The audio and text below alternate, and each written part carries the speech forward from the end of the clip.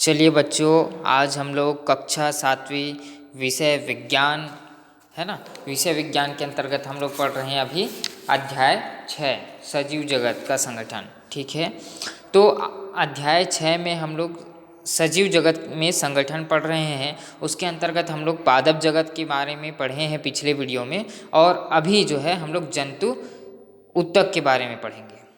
तो जंतु ऊतक क्या है उसके बारे में पढ़ेंगे, और कितने प्रकार के होते हैं जंतु ऊतक। तो जंतु ऊतक जो है जंतुओं के शरीर से प्राप्त होने वाले जो टिश्यू होती है या ऊतक होती है उसे हम लोग कहते हैं जंतु ऊतक। और ये कितने प्रकार के होते हैं? 4 प्रकार के होते हैं। सामान्यतः जो है जंतु ऊतक जो है एपिथेलियल ऊतक, यहाँ पर देखो का नंबर दिखाई दे रहा है, एपिथेलियल ऊतक। ठीक है, देख सकते हैं यहाँ पर एपिथेलियल ऊतक। ठीक है, दूसरा है पेशी ऊतक। ठीक है, अब हम बात करें तीसरा जो होती है संयोजी ऊतक। यहाँ पर देखो संयोजी ऊतक, और एक लास्ट होता है तंत्रिका ऊतक। तो हमें 4 जंतु ऊतक के बारे में पढ़ना है। पहला कौन सा है? एपिथेलियल ऊतक। दूसरा है पेशीय ऊतक।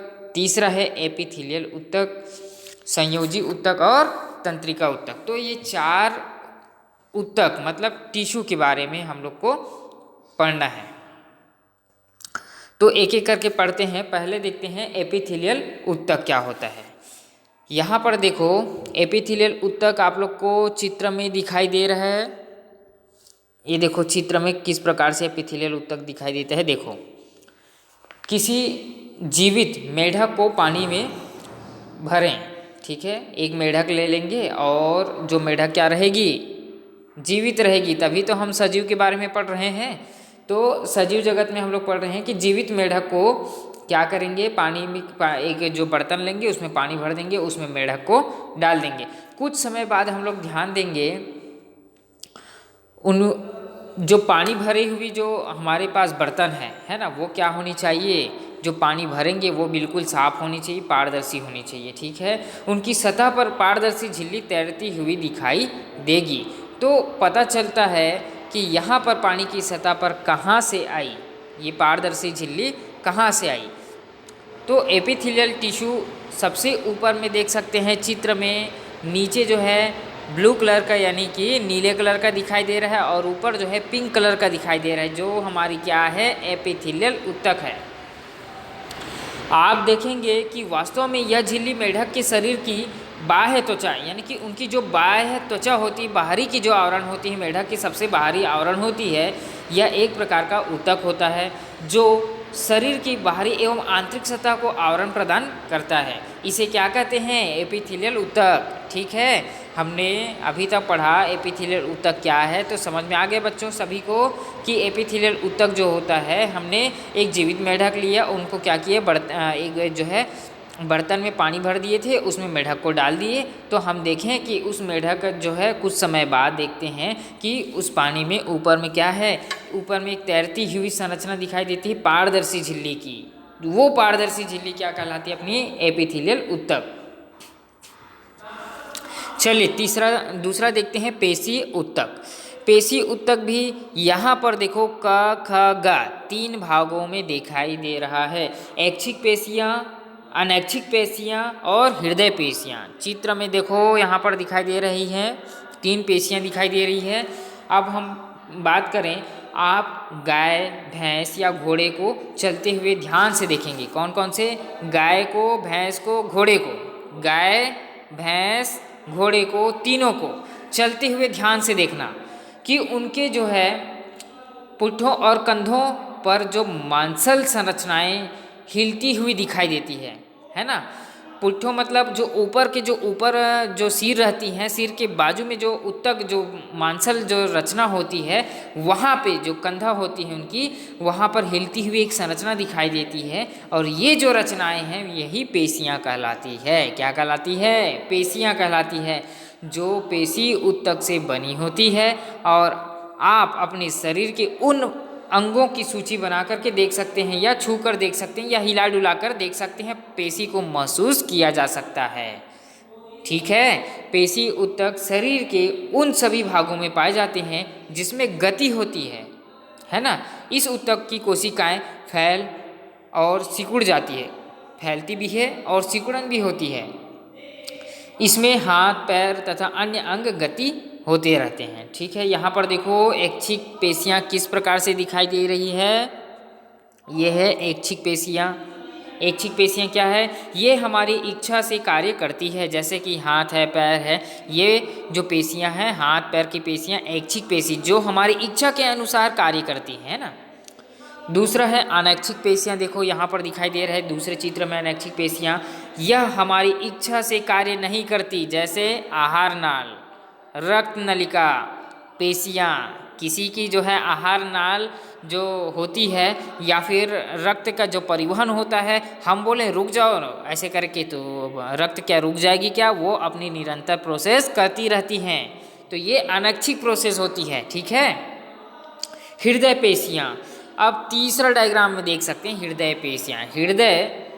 हृदय पेशियाँ से बना होती है और यह पेशियाँ बनावट में ऐच्छिक पेशियों के समान ही होती है, किंतु इन पर हमारी इच्छा का नियंत्रण नहीं होता है। ठीक है, इसीलिए बोलते हैं हृदय पेशियाँ।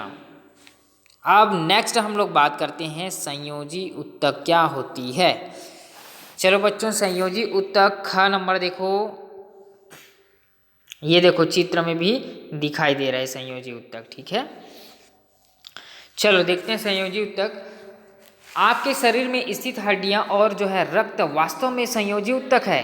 क्या आप जानते हैं कि हमारे जो शरीर में हड्डियां हैं और रक्त वास्तव में क्या है, संयोजी ऊतक है। इनकी कोशिकाएं भिन्न भिन्न आकृति की होती है। देखो यहाँ पर उनकी संरचना दिखाई दे रही है। ऊपर में देखो जो यहाँ पर तीन छोटे छोटे गोले संरचना दिखाई दे रहे हैं, रक्त कणिका है। ठीक है, प्लेट्स यहाँ पर, और यहाँ पर देखो धागेनुमा संरचना दिखाई देती है, प्लेट्स यहाँ पर देख सकते हैं, और श्वेत रक्त कणिकाएं है ना, वाइट ब्लड सेल, यहाँ पर देखो वाइट ब्लड सेल दिखाई दे रही है। तो अलग अलग यानी कि भिन्न भिन्न आकृति के होते हैं।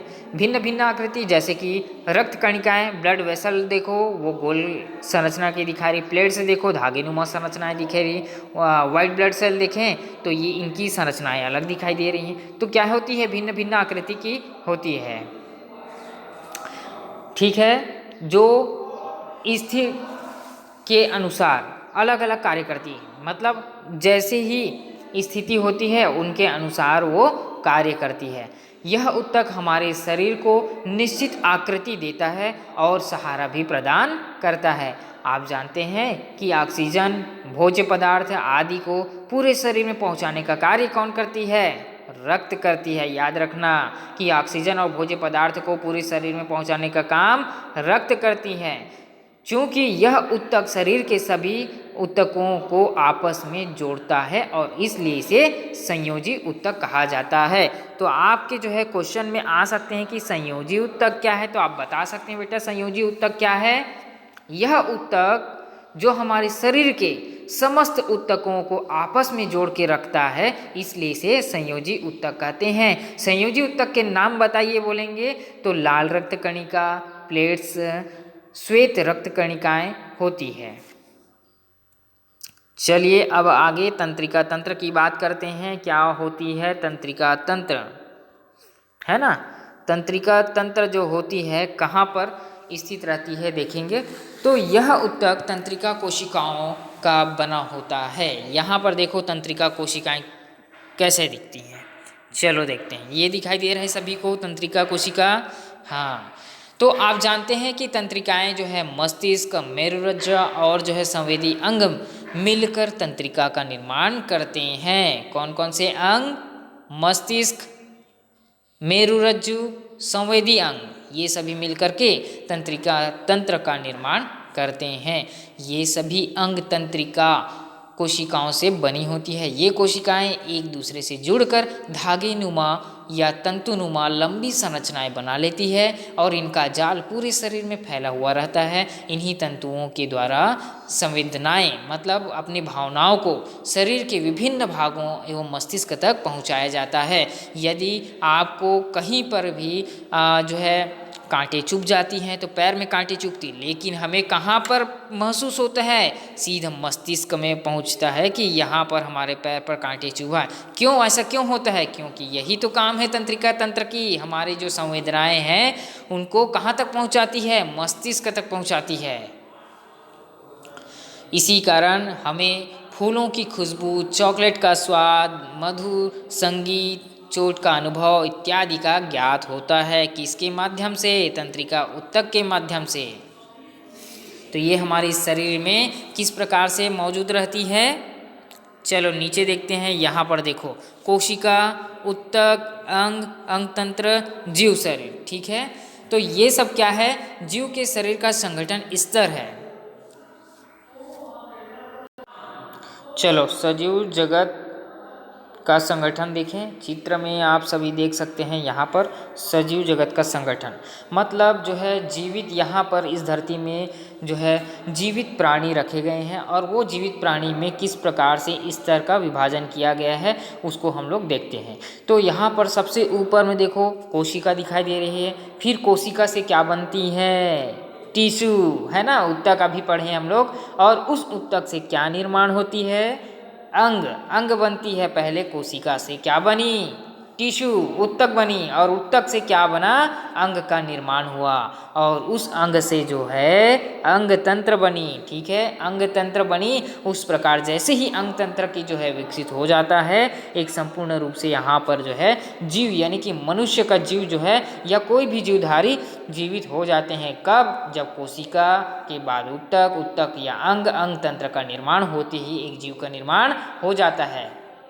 और जैसे ही जीव का निर्माण होता है तो उनके हिसाब से जनसंख्या वृद्धि होती है। एक जीव से दो जीव, दो जीव से तीन जीव, इस प्रकार से जनसंख्या वृद्धि होती है। और जैसे ही जनसंख्या वृद्धि होती है उसी प्रकार से जैव समुदाय बनती है ना। यहाँ पर जीवों का जो है समुदाय बन जाती है। एक दूसरे पर सभी क्या हो जाते हैं? निर्भर होना चालू हो जाते हैं। जैसे ही निर्भरता चालू हो जाती है वैसे ही पारिस्थितिक तंत्र का निर्माण हो जाता है।